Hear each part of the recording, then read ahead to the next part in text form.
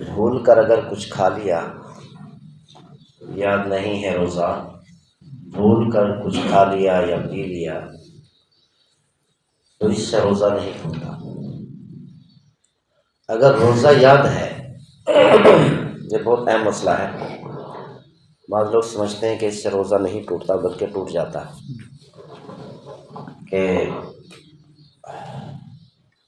روزہ یاد ہے کہ مجھے روزہ ہے، لیکن کھانے کی کوئی چیز حلق میں چلی گئی یا پانی کا کچھ حصہ حلق میں چلا گیا تو اس سے روزہ ٹوٹ جاتا ہے، کیونکہ روزہ یاد ہے۔ جیسے وضو کرتے ہوئے روزہ یاد ہے، وضو کرتے ہوئے، کلی کرتے ہوئے پانی حلق میں چلا گیا، غلطی سے، جان بوجھ کر نہیں پانی پیا بلکہ غلطی سے پانی حلق میں چلا گیا، اندر چلا گیا تو اس سے روزہ ٹوٹ جاتا ہے۔ کیوں؟ اس لیے کہ روزہ یاد ہے۔ اگر روزہ یاد نہیں تو پھر کلی کے ذریعہ سے یا کسی وجہ سے پانی پی لیا، اندر چلا گیا یا کچھ کھا لیا تو پھر روزہ نہیں ٹوٹتا اگر روزہ یاد نہیں ہے۔ اسی طرح سرما لگانے سے، تیل لگانے سے روزہ نہیں ٹوٹتا۔ کئی لوگ یہ مسائل پوچھتے ہیں کہ ہم سر میں تیل لگا سکتے ہیں یا نہیں، روزے کی حالت میں لگا سکتے ہیں، رگڑا بھی دے سکتے ہیں۔ اور اسی طرح بیمار ہو گیا، انجیکشن لگوانا ہے، چاہے رگ والا انجیکشن ہو یا گوشت والا انجیکشن ہو، اس سے روزہ نہیں ٹوٹتا۔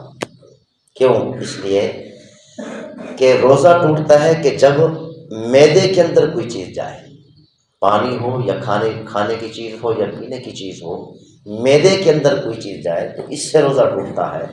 اور انجیکشن کے ذریعہ سے ڈائریکٹ رگ کے اندر جاتا ہے یا گوشت کے اندر جاتا ہے، چاہے اس کے ذریعے سے طاقت بھی مل جاتی ہے، پھر بھی معدے کے اندر کیونکہ نہیں لیا اسی لیے روزہ نہیں ٹوٹتا۔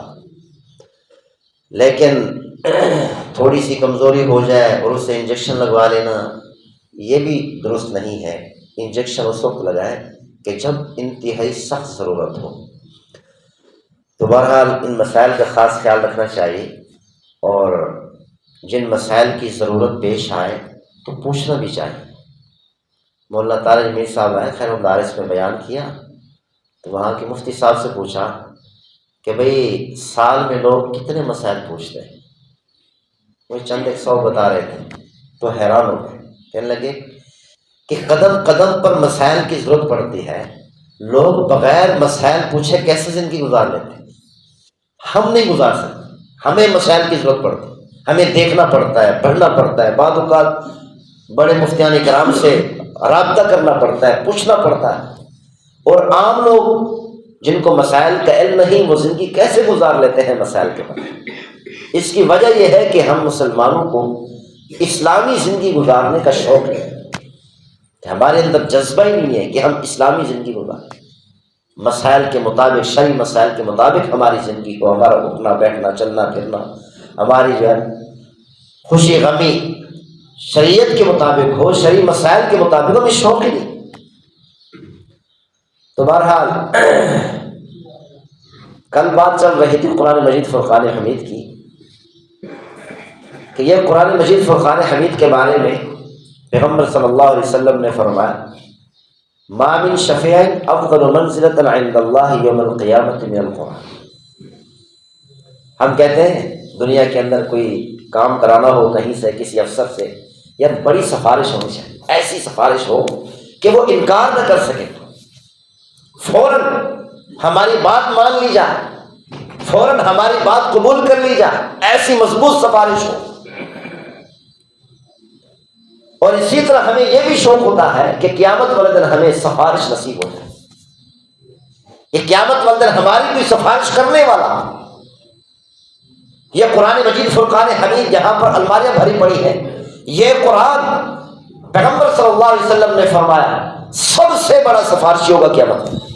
یہ سفارشی ہمارے ہاتھ میں ہے، ہمارے سامنے ہے، ہم اس قرآن کو، قرآن سے دوستی لگا کر اس قرآن کو اپنا سب سے بڑا سفارشی بنا سکتے ہیں۔ قیامت والے دن پیغمبر صلی اللہ علیہ وسلم نے فرمایا قرآن سے بڑا سفارشی کوئی نہیں ہوگا قیامت والدن اللہ کے ہاں جس کی سب سے زیادہ سفارش چلے گی، سب سے زیادہ اللہ جس کی سفارش قبول کرے گا۔ لا نبی ولا ملک ولا غیرہ، سفارش کرنے والے بہت ہوں گے، حفاظ کرام بھی سفارش کریں گے، علماء بھی سفارش کریں گے، اولیاء اللہ بھی سفارش کریں گے، صحابہ بھی سفارش کریں گے، اللہ کے فرشتے بھی سفارش کریں گے، حتیٰ کہ انبیاء علیہ السلام بھی سفارش کریں گے۔ لیکن پیغمبر صلی اللہ علیہ وسلم نے فرمایا کل قیامت والے دن جتنی سفارش قرآن کی چلے گی اتنی بڑی سفارش نہ حفاظ کی چلے گی، نہ علماء کی چلے گی، نہ اولیاء اللہ کی چلے گی، نہ صحابہ کی چلے گی، حتیٰ کہ انبیاء علیہ السلام کی بھی سفارش اتنی نہیں چلے گی جتنی بڑی سفارش قرآن کی چلے گی۔ ہمیں چاہیے کہ ہم یہ سفارشی ہمارے ہاتھوں میں ہے، ہمارے سامنے ہے، ہم اس قرآن سے دوستی لگا کر اس قرآن کو قیامت والے دن کہ جس دن کوئی کسی کا نہیں ہوگا، یوم یفر المرء من اخیہ وامہ وابیہ وصاحبتہ وبنیہ، فرمایا کہ بھائی سے دور بھاگے گا۔ والدین اپنی اولاد سے کتنی پیار کرتے ہیں، تھوڑی سی تکلیف بھی والدین برداشت نہیں کر سکتے اپنی اولاد کی، خاص طور پر ماں اپنی اولاد کی تھوڑی سی تکلیف بھی برداشت نہیں کر سکتی، اپنی جان قربان کرنے کو تیار ہو جاتی ہے، ساری مشکلات اپنے جسم پر جھیل لیتی ہے، برداشت کر لیتی ہے کہ میری اولاد کو تکلیف نہ پہنچے۔ لیکن کل قیامت والے دن یہی ماں اپنی اولاد سے دور بھاگ رہی ہو، اولاد جائے گی اپنی ماں کے پاس جس سے بے انتہا پیار کیا کرتی تھی دنیا میں، اولاد جائے گی جا کر کہے گی آج مجھے ایک نیکی کی ضرورت ہے، مجھے ایک نیکی تو دے دو۔ والدہ کہے گی آج کے دن میں تیرے کچھ کام نہیں آ سکتی، تجھے ایک نیکی بھی دینے کو تیار نہیں۔ وَأُمِّهِ وَأَبِيهِ، خاص طور پر اللہ تعالیٰ نے ماں کا تذکرہ فرمایا، اولاد ماں سے دور بھاگے گی، ماں اولاد سے دور بھاگے گی۔ ایسے سخت دن کے اندر جو سب سے بڑا سفارشی ہوگا وہ قرآن مجید فرقان حمید۔ اس لیے ہمیں چاہیے کہ اس قرآن کو اپنا سفارشی بنائے۔ القرآن شافع مشفع، کل قیامت والے دن اللہ تعالیٰ نے قرآن مجید میں قیامت کے ہولناکی کو، حشر کے میدان کے ہولناکی کو اللہ نے قرآن میں اس کا نقشہ کھینچا ہے۔ لا يتکلمون الا من اذن له الرحمن، کل قیامت والے دن کوئی اللہ کے سامنے نہیں بول سکے گا۔ انبیاء علیہ السلام کہاں پر ہوں گے؟ انبیاء علیہ السلام کی زبان پر جاری ہوگا یا ربی نفسی نفسی، یا اللہ آج کے دن مجھے جہنم کی آگ سے بچا لے، آج کے دن میری ذات کو جہنم کی آگ سے بچا لے۔ انبیاء علیہ السلام کہہ رہے ہوں گے یا اللہ آج کے دن ہم کسی کی سفارش نہیں کرتے، کسی کی سفارش نہیں کرتے۔ ایک پیغمبر صلی اللہ علیہ وسلم ہوں گے جو کہہ رہے ہوں گے یا ربی امتی امتی، اپنی ذات کو بھول جائیں گے۔ اس دن میں، اتنی سخت دن میں فرمایا، پیغمبر صلی اللہ علیہ وسلم نے فرمایا کہ جتنی بڑی سفارش پیغمبر نے فرمایا، ہمارے نبی نے فرمایا، تمام نبیوں کے نبی، تمام رسولوں کے رسول، سید الاولین والآخرین، پوری کائنات کے بادشاہ، اتنی بڑی ہستی فرماتی ہیں، پیغمبر صلی اللہ علیہ وسلم فرماتے ہیں اتنی بڑی سفارش میری بھی نہیں چلے گی جتنا قرآن کی چلے گی۔ سب سے بڑی سفارش قرآن کی ہوگی۔ پیغمبر صلی اللہ علیہ وسلم کیسے سفارش کریں گے؟ پیغمبر صلی اللہ علیہ وسلم نے کیوں فرمایا کہ میری سفارش سے بھی بڑی سفارش قرآن کی ہوگی؟ کیوں فرمایا؟ اس لیے کہ پیغمبر صلی اللہ علیہ وسلم جب سفارش کرنے لگیں گے مقام محمود پر تشریف لے جائیں، مقام محمود پر جا کر سجدہ کر، لمبا سجدہ، کافی دیر، کئی گھنٹوں کا سجدہ، اس سجدے کے اندر ایسی کلمات کے ساتھ اللہ کی حمد و ثنا بیان کریں گے کہ آج تک کسی نے بھی ایسے کلمات کے ساتھ اللہ کی حمد و ثنا بیان نہیں کی ہوگی۔ اللہ تعالیٰ خود اسی وقت پیغمبر صلی اللہ علیہ وسلم کے ذہن مبارک میں، دل مبارک میں اپنی تعریف حمد و ثنا کی کلمات کا القاء فرمائے گا۔ اللہ تعالیٰ بتاتے چلے جائیں گے، محمود صلی اللہ علیہ وسلم تعریف کرتے چلے جائیں گے۔ ہاں جی، نبی صلی اللہ علیہ وسلم سفارش کرنا چاہتے ہیں، پہلے جا کر سجدہ کیا، پھر اللہ نے فرمایا، کئی گھنٹوں کے بعد اللہ نے فرمایا اے ابن محمود صلی اللہ علیہ وسلم ارفع رأسک، اپنا سر اٹھا، اشفع تشفع، تو سفارش کرتا چلا جا، میں تیری سفارش قبول کرتا چلا جا، سل توتا، تو مانگتا چلا جا، میں تجھے عطا کرتا چلا جا۔ لیکن جب قرآن کی باری آئے گی، قرآن انسانی شکل میں ہوگا، نوجوان خوبصورت انسانی شکل میں ہوگا، آ کر اپنے دوست کا ہاتھ پکڑے گا، اللہ کی عدالت میں لے جائے گا، اللہ کی دربار میں، اللہ کے بارگاہ میں لے جائے گا۔ پیغمبر صلی اللہ علیہ وسلم کا فرمان ہے، پیغمبر نے فرمایا، حدیث شریف کے الفاظ ہیں، القرآن شافع مشفع، اللہ کے سامنے اپنے دوست کی ایسی سفارش کرے گا کہ اس کی سفارش قبول کر لی جائے۔ ماحل مصدق، جب قیامت والے انبیاء علیہ السلام بھی اللہ کے سامنے بات نہیں کر سکیں گے، اس وقت یہ قرآن پیغمبر نے فرمایا اپنے دوست کا ہاتھ پکڑ کر اللہ کی عدالت لے جائے گا، جا کر اللہ تعالیٰ سے جھگڑا شروع کر دے. یہ قرآن ایسے سفارش نہیں کرے بلکہ اللہ سے جھگڑے گا، اللہ سے جھگڑے گا. جس حشر کے میدان میں انبیاء علیہ السلام کانپ رہے ہیں، اللہ کے سامنے بات نہیں کر سکتے، ایسے سخت وقت میں قرآن جا کر اللہ کے سامنے جھگڑا کر رہا. سفارش بھی ایسی کہ جھگڑا کر کے پیغمبر صلی اللہ علیہ وسلم نے فرمایا ماحل مصدق، یہ قرآن سفارش کرتے ہوئے ایسا جھگڑا کرے گا کہ اس کے جھگڑے کو اللہ تسلیم کر لے گا. کیوں؟ کیا وجہ؟ اس کی وجہ یہ ہے کہ یہ قرآن مجید فرقان حمید اللہ کا کلام ہے، اللہ کی صفت ہے. اللہ کا کلام، اللہ کی صفت. کیا مطلب؟ میں بات کر رہا ہوں، یہ میری بات، میرا کلام میرے اندر سے نکل رہا ہے، میرے جسم کا ایک حصہ ہے. اسی طرح یہ قرآن مجید فرقان حمید اللہ کا کلام ہے، اللہ کے اندر سے نکلا ہے. یہ ظاہری طور پر تو نظر آ رہا ہے کہ انسانی شکل میں اللہ کے علاوہ ہے، لیکن حقیقت میں یہ اللہ کے اندر سے نکلا ہوا اللہ کا کلام ہے، اللہ کی صفت ہے. یوں سمجھو جب قرآن اپنے دوست کی سفارش کرنا چاہے گا، یہ قرآن سفارش نہیں کر رہا بلکہ اللہ خود اپنے سامنے، اللہ خود سفارش کر رہا ہے. قرآن جب اپنے دوست کی سفارش کرنا چاہے گا، اس کا مطلب یہ نہیں کہ قرآن سفارش کرنا چاہ رہا ہے بلکہ اللہ خود سفارش کرنا چاہ رہا ہے. اور جس کی اللہ خود سفارش کر دے تو بتاؤ کیا سفارش قبول نہیں ہوگی؟ یہ قرآن مجید فرقان حمید موت کے وقت سے لے کر جنت میں داخل کرانے تک ساتھ رہے گا اور کہے گا تجھے پریشان ہونے کی ضرورت نہیں. موت کے وقت سے کہہ دے گا تجھے پریشان ہونے کی ضرورت نہیں، میں تیرے ساتھ ہوں، میں اس وقت تک تجھ سے جدا نہیں ہو سکتا جب تک تجھے جنت میں داخل نہ کرا. اسی لیے بھائی یہ سفارشی ہمارے سامنے ہے، ہم کیوں نہ اسی جو ہمارے سامنے ہے، جو ہمارے ہاتھوں میں ہے، جس کو ہم پڑھتے ہیں، جس کی ہم تلاوت کرتے ہیں، ہم تلاوت کر کے اسی کے مطابق زندگی گزار کر اس کو سمجھ کر اس قرآن کو قیامت والدن اپنا سفارشی بنا لیں. اسی لیے بھائیو ہمیں فکر کرنی چاہیے. یہ قرآن مجید فرقان حمید یہ ایسا سفارشی ہے، ہر موقع پر سفارش، ہر موقع پر. مرنے کے وقت بھی ساتھ ہوگا. جب قرآن ساتھ ہوگا بتاؤ موت کیسی آئے گی، کتنی پیاری موت ہوگی. جب قبر میں سارے چھوڑ کر چلے جائیں گے یہ قرآن ساتھ ہوگا تو بتاؤ منکر نکیر کے سوالات کے وقت میں کوئی پریشانی ہوگی؟ نہیں ہو سکتی. جب قرآن ساتھ ہو تو کبھی پریشانی نہیں ہو سکتی. اور اللہ کی طرف سے اعلان ہو رہا ہے، اللہ کی طرف سے اوحى اللہ تعالی الی الارض الا تأکل لحما. اللہ کی طرف سے اعلان ہو رہا ہے زمین کو خبردار اس کے گوشت کو کچھ نہیں کہنا، تیرے پاس مہمان آ رہا ہے تو نے خود اس کی حفاظت کرنی ہے.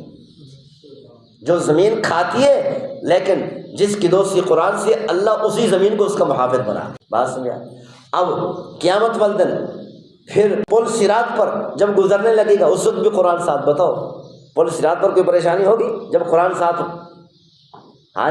پھر اسی طرح میزان کے وقت میں اعمال تل رہے ہیں، سارے لوگ پریشان ہیں، کیا بنے گا ہمارا؟ اور جس کے ساتھ قرآن ہو تو بتاؤ اس کو نیکیوں کے وزن ہونے کے وقت میں کوئی پریشانی ہو سکتی ہے؟ نہیں ہو سکتی. اسی طرح حساب و کتاب کے وقت میں اور اسی طرح یعنی ہر موقع پر قرآن ساتھ. پھر یہ قرآن ایسا سفارشی ہے کہ جنت میں پہنچنے کے بعد بھی نہیں چھوڑے گا. جنت میں پہنچا کر کہے گا یا اللہ میرے دوست کے لیے جو تو نے جنت بنائی ہے نا، یہ جنت چھوٹی ہے، بڑی کر. یا اللہ یہ نعمتیں تھوڑی ہیں، زیادہ کر. اس کا نعمتوں کا جو حسن و جمال ہے نا یہ کم ہے اور بڑھا. اللہ تعالیٰ پھر وعدہ کریں گے جنت میں پہنچنے کے بعد پھر سفارش کر رہا ہے یہ قرآن. جنت میں حدیث شریف ہے، پیغمبر صلی اللہ علیہ وسلم نے فرمایا جنت میں پہنچنے کے بعد پھر سفارش کر رہا ہے یہ قرآن مجید فرقان، یا اللہ اس کی جنت وسیع کر. پھر اللہ تعالیٰ فرمائیں گے اے قرآن جیسے تو نے چاہا ویسے میں نے اس کو عطا کیا. کتنی بڑی سعادت، کتنی بڑی سعادت. اس لیے بھائیو ہمیں قرآن سے دوستی لگے. کیسے دوستی لگے گی؟ تلاوت کرے روزانہ، بلا ناغہ تلاوت کرے، بلا ناغہ تلاوت کرے، بلا ناغہ تلاوت کرے. کہتے بلا ناغہ جو مسلمان تلاوت کرتے ہیں، جب آدمی بوڑھا ہوتا ہے نا سب سے بڑھاپے کا اور کمزوری کا سب سے پہلا حملہ جو ہوتا ہے نا دماغ پر ہوتا ہے. بڑھاپے کا اور کمزوری کا سب سے پہلا حملہ دماغ پر ہوتا ہے. آج دماغ کام کرنا چھوڑنا شروع کر دیتا ہے. بات سمجھ یار میرا دماغ کہتے نا بوڑھے حضرات یہ کہتے ہیں یار میرا دماغ کام نہیں کرتا. بعض اوقات اس حد تک یہ کمزوری دماغی کمزوری اس حد تک پہنچ جاتی ہے کہ کچھ باتیں کر رہا ہوتا ہے اس کو پتہ ہی نہیں تو میں کیا کر رہا ہوں. ایسی ایسی باتیں کر جاتا اس کو پتہ ہی نہیں چلتا. جو مسلمان روزانہ قرآن مجید کی تلاوت کرتا ہے روزانہ یہ قرآن کا معجزہ ہے. سارے جسم کے اعضاء کام کرنا چھوڑ جائیں گے لیکن دماغ کام کرنا نہیں چھوڑے. یہ ایک تجربہ ہے ہمارے علاقے میں ہمارے رشتہ داروں میں. میری دادی صاحبہ کا واقعہ کہ جب وہ فوت ہونے لگی تو اس وقت کئی دنوں سے بے ہوش ہو گئی. کئی دنوں سے روزانہ قرآن کی تلاوت کرتی روزانہ. یہ مشہور تھا ہمارے خاندان میں. خوشی ہو جائے غم ہو جائے کچھ ہو جائے ان کی تلاوت ختم نہیں ہوگی. ان کی تلاوت نہیں چھوٹے گی. تلاوت میں ناغہ نہیں ہو سکتا کہ روزانہ تلاوت کرتے قرآن مجید کی. اور کئی دنوں سے بے ہوش. سارے ہم پریشان کہ بھائی یہ روزانہ قرآن کی تلاوت کر رہی ہے اور مرتے وقت میں کلمہ نصیب نہ ہو تو کیا ہوگا. کیا ہوا کہ جب موت کا وقت آیا اچانک آنکھیں کھولی اور ساتھ بیٹھنے والے تھے کہ نا مجھے اٹھایا کلمہ پڑھا اور ایک ایک سے کہا جو ساتھ بیٹھے تھے میرے کلمے کا گواہ ہو جا میرے کلمے کا گواہ ہو جا میں کلمہ پڑھ رہا ہوں میرے کلمے کا گواہ ہو جا. ایک ایک کو پکڑ پکڑ کر کہا. بس اتنی دیر وہ ان کو ہوش آیا. کئی دنوں سے بھی ہوش موت کے وقت میں ہوش آیا. ایک ایک کو گواہ بنایا بار بار کلمہ پڑھا. کلمہ پڑھتے ہی دنیا سے رخصت. یہ آنکھوں دیکھا واقعہ تجربہ. جو روزانہ قرآن مجید کی تلاوت کرتا ہے تو اس کی موت بھی ایسے واقع ہے. اللہ تعالیٰ ہم سب کو نصیب فرمائے. الحمدللہ رب العالمین والصلاة والسلام علی سید الانبیاء والمرسلین. اللهم اغفر لنا اللهم ارحمنا وكفر عنا سیئاتنا وتوفنا مع الابرار. یا رحم الراحمین ہماری حاضر قبول مقبول فرما. ہم سب کے تمام صغیرات و کبیرہ گناہوں کو معاف فرما. یا رحم الراحمین ہمیں قرآن مجید فقان حمید سے حقیقی محبت نصیب فرما. پورے قرآن مجید پر عمل کرنے والا بنا. یا